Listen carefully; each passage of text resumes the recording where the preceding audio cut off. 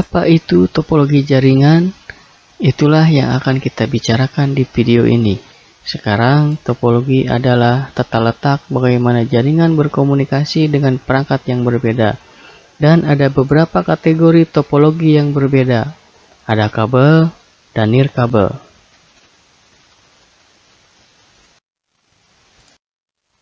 Jadi, pertama-tama kita akan berbicara tentang topologi kabel paling umum. Dan topologi kabel paling umum yang digunakan adalah topologi star. Sekarang, dalam topologi star, semua komputer terhubung ke titik kabel pusat, bisa berupa hub atau switch. Semua data di jaringan star melewati titik pusat sebelum melanjutkan ke tujuannya. Sekarang, salah satu manfaat utama topologi ini yaitu jika salah satu komputer gagal atau ada kabel putus, komputer lain tidak akan terpengaruh.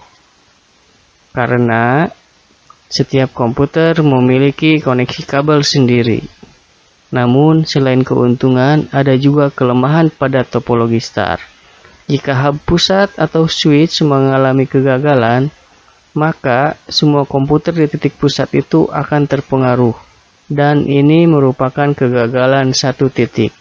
Jika ini terjadi, maka seluruh jaringan akan mati. Tipe topologi lain disebut ring. Topologi ring adalah jenis konfigurasi jaringan di mana setiap komputer terhubung satu sama lain dalam bentuk lingkaran atau cincin. Jadi setiap komputer di cincin ini tepatnya memiliki dua tetangga untuk keperluan komunikasi. Setiap paket data dikirim di sekitar ring sampai mencapai tujuan akhir. Sekarang topologi semacam ini sudah sangat tua dan jarang digunakan saat ini. Sekarang keuntungan dari topologi ring adalah mudah untuk menginstal dan mudah untuk memecahkan masalah. Namun, kelemahan dari topologi ini adalah jika hanya satu komputer yang mati atau jika ada kerusakan pada kabel, maka semua aliran data akan terganggu.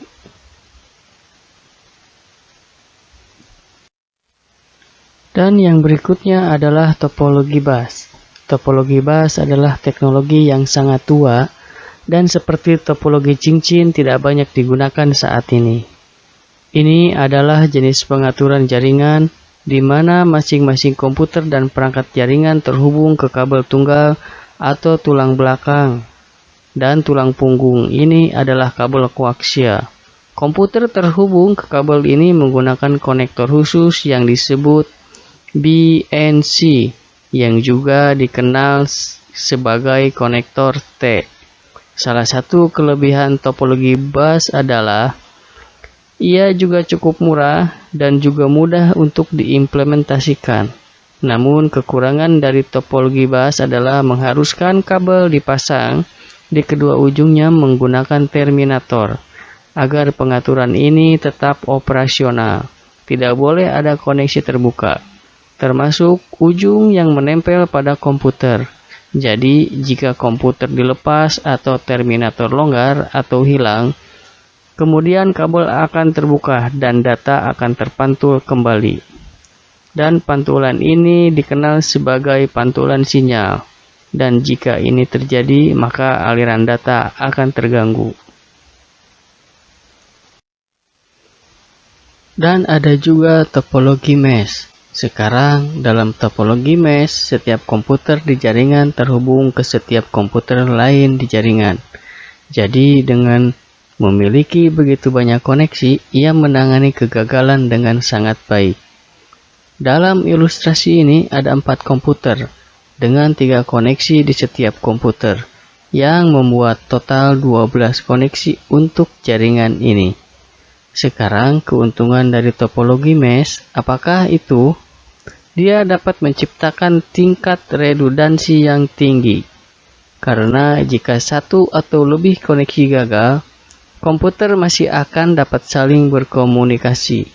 Namun karena jumlah kabel dan kartu jaringan yang harus digunakan, topologi mesh bisa mahal jadi jarang digunakan pada jaringan area lokal atau LAN. Ada juga yang menggunakan terutama pada jaringan area luas seperti internet. Bahkan internet adalah contoh yang baik dari topologi mesh. Karena internet dibuat dari banyak router di seluruh dunia yang terhubung satu sama lain untuk merutekan data ke tujuan yang dituju. Jadi, bahkan jika beberapa router rusak, data akan dialihkan menggunakan jalur yang berbeda untuk akhirnya mencapai tujuan mereka. Jadi, internet sangat mahal dan boros karena menggunakan topologi mesh. Sekarang saya akan berbicara tentang topologi wireless. Mari kita mulai dengan topologi wireless infrastruktur. Topologi ini menggunakan kombinasi perangkat kabel dan nirkabel. Sangat mirip dengan topologi star, di mana Anda memiliki perangkat kabel seperti komputer ini di sini, terhubung secara PC ke switch, dan Anda juga memiliki akses point nirkabel yang juga terhubung dengan kabel ke switch yang sama, sehingga perangkat nirkabel seperti laptop, tablet, ponsel, dan lain-lain dapat terhubung secara nirkabel ke jaringan. Karena akses point nirkabel bertindak seperti jembatan antara jaringan nirkabel dan jaringan kabel. Sekarang topologi infrastruktur tidak terbatas pada satu titik akses nirkabel saja.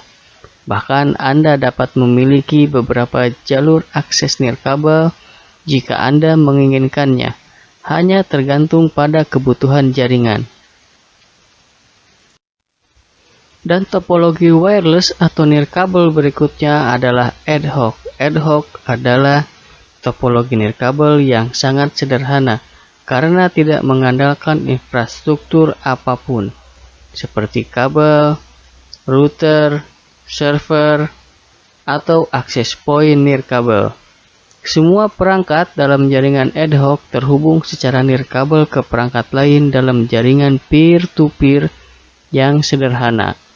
Perangkat langsung terhubung satu sama lain tanpa menggunakan perangkat terpusat, seperti router, wifi, atau akses point.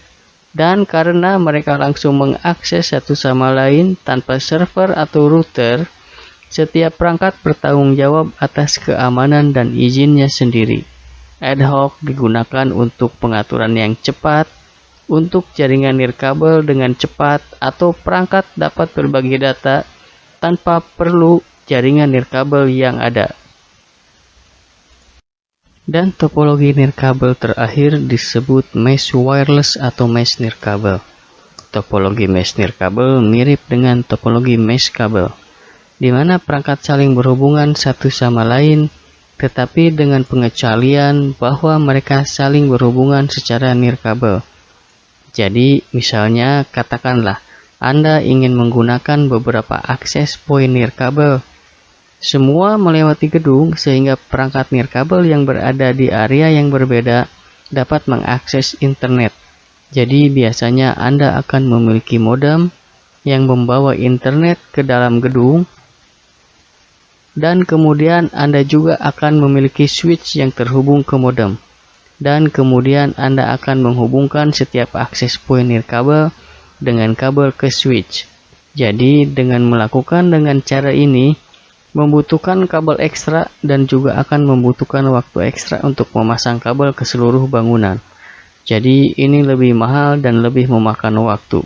Sekarang topologi mesh nirkabel akan mirip dengan pengaturan awal, tetapi tanpa perlu kabel tambahan. Dalam topologi mesh nirkabel, setiap akses point nirkabel akan berbicara dengan akses point nirkabel lainnya untuk membuat koneksi internet tanpa batas, agar perangkat nirkabel dapat terhubung.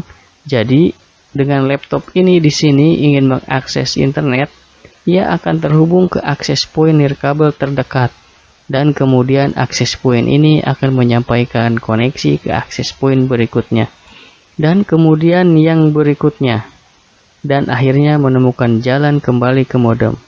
Jadi tidak peduli akses point mana yang terhubung dengan Anda Anda akan tetap memiliki akses internet karena semua akses poin berkomunikasi konstan satu sama lain dengan modem.